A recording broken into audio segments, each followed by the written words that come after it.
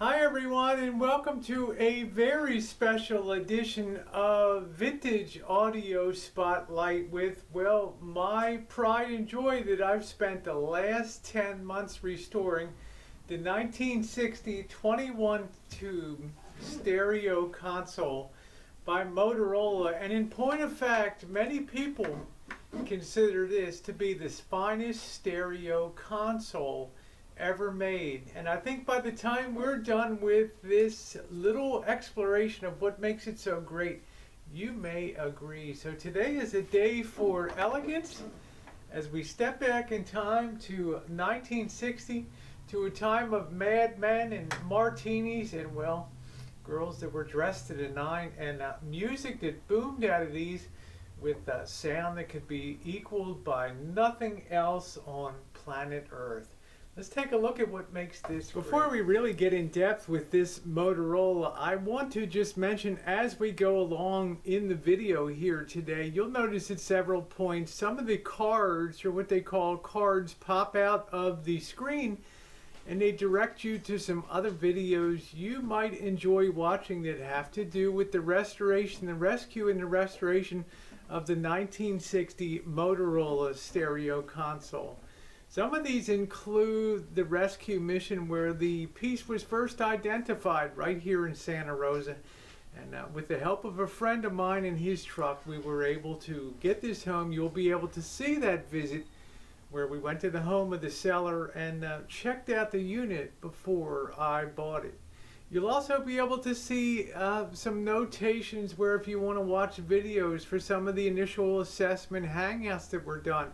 And some of the rebuilding that was done, restringing tuner, multiple dial AM, FM tuners that using one string. And let me tell you, that was a very, very demanding 2-hour process. There's so many things, restoration, fixing up the finish of it. If you go back and look at the first annotation here, the first little card that pops up, you'll see the initial trip to buy the Motorola, and at that time you can kind of see the shape that it was in with the damaged wood, and well, it just did not function at all. So as I bring you down, the first thing was do a really fast overview of the unit and some of the things that make it unique, and then we'll get down, we'll open up the back, we'll take a closer look, we'll swing the unit around, we'll get in there and take a closer look. Finally, we'll end up with some listening. This to me was the most challenging restoration project that I ever took, but one of the most satisfying too, because I knew it would be the crowning piece in the next to the wall of sound here, and I was not wrong. I think so highly of this piece and the way it's styled in the Danish modern style that I am going to get rid of some of my older furniture here and got some of the Swedish or Danish modern furniture from the late 50s and early 60s. I think it'll finish the room beautifully. But for now, let's get in and take a closer look at what makes this such a unique audio spotlight. The first thing that really catches your eye when you look at this unit is, well, the way that it is manufactured for eye appeal. Not just for listening, but for eye appeal too. And when you see that it has the real walnut veneering on it, not the cheesy oak or some other ones, but very good quality veneer. And what makes this particularly great is that this cabinetry was built by Drexel of North Carolina and also the Midwest. And Drexel, of course, specialized in making some of the finest furniture that you would find in homes across America. It sure wasn't inexpensive furniture by any stretch of the imagination, but it was beautifully built by people who really cared about the quality that they brought to the process. You can tell by the louvered front on here how nicely each of those pieces was shaped and fitted perfectly within the holder there. So you would have a showpiece centerpiece that would allow the bass music to the bass notes to come through, while still having all of the beauty of Danish modern. You have your left channel, You have your right channel with grill cloth. It's still perfectly preserved on here, and really, in fact, probably looks as nice as the day it was produced. The tops swing up like this, and on the left side here is the beautiful Voice of Music record player. And we'll be taking on the other side here. The lid flips up to reveal the tuner section and the control mechanisms, the knobs and the switches to control the AM, the FM, the automatic frequency control for tuning in stations, and also for allowing you to have auxiliary like a reel-to-reel tape deck, or also a phonograph that plugs in here. So we'll take a close look at this. And one of the other very interesting things that this has too is one of the very early reverb units. Yes, reverb, reverberation music. You think of something associated with the 1970s and the echo effect of hearing music in a concert hall with a slight echo. Well, long before 1974, reverb was already built into this unit, and it came from the world of organs, where you would have long springs encased in a metal aluminum housing, and they would vibrate at certain frequencies, and electronically they would be picked up, and they would cause an echo effect that we'll listen to in a little bit, but definitely ahead of its time. The other thing that made this fantastic and really made this probably the best unit ever made, and let me swing around this side, is the fact that it has a dedicated center channel here that is just for bass. And you are going to be astounded when you look inside and see the size of this speaker, this huge woofer inside. That's right, you have 3 channels here. A left channel, a right channel, and a dedicated 3rd channel just for bass.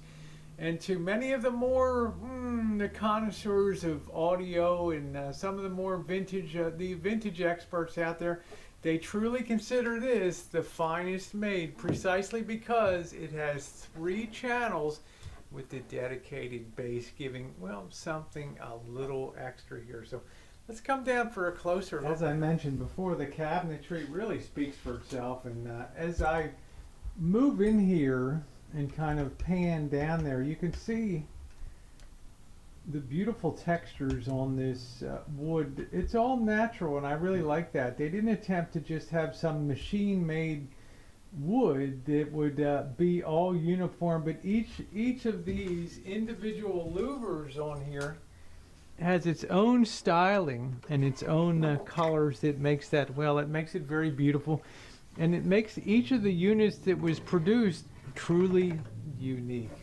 As we raise the lid up here, you'll be able to see the beautiful Voice of Music produced record player, and I'll mention it, Voice of Music produced so many of the fine record players that went into consoles in the 1950s, 60s, and 70s, and right up to 1980.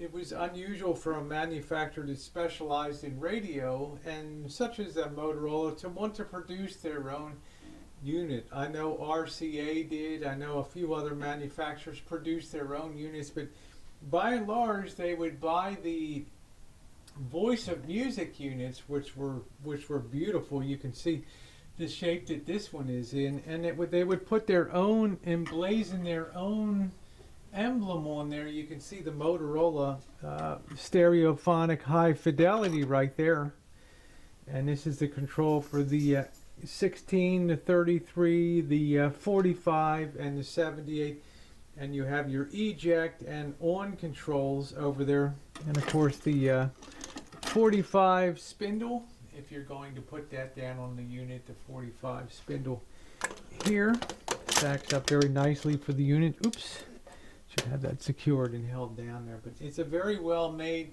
unit. We'll go even closer and I'll show you some of the details of it. In this shot you can see the custom badging of the Motorola stereophonic Hi-fidelity there, and what's also is you can look down here and see what I was mentioning before, the 3-channel arrangements, and we have a little bit of dust in there, pardon that, on there. But you can see you can actually independently turn off or on the 3 channels here. And you know, if you didn't want all of the bass, you could just turn off the bass center channel, or for whatever reason you might want to turn off one of the channels, you could accomplish that right there. And the light is positioned under here that lights up when you turn the unit on. Everything is made of nickel. It's beautifully plated here. Isn't that wonderful looking?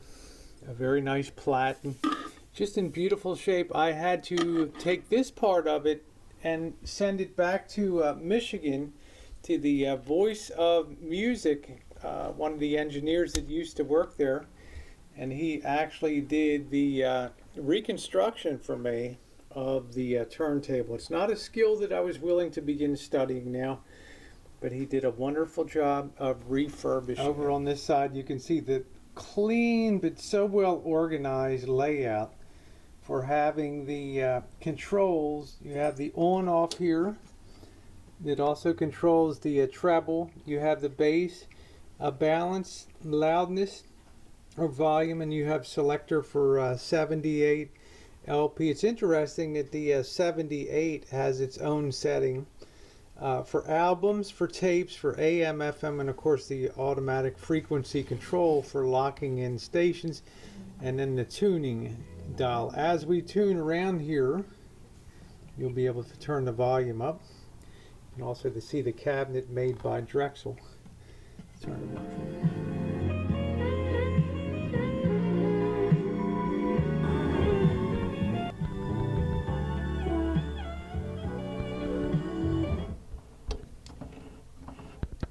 Queen of only 18, she has some trouble with herself. Doesn't that sound beautiful?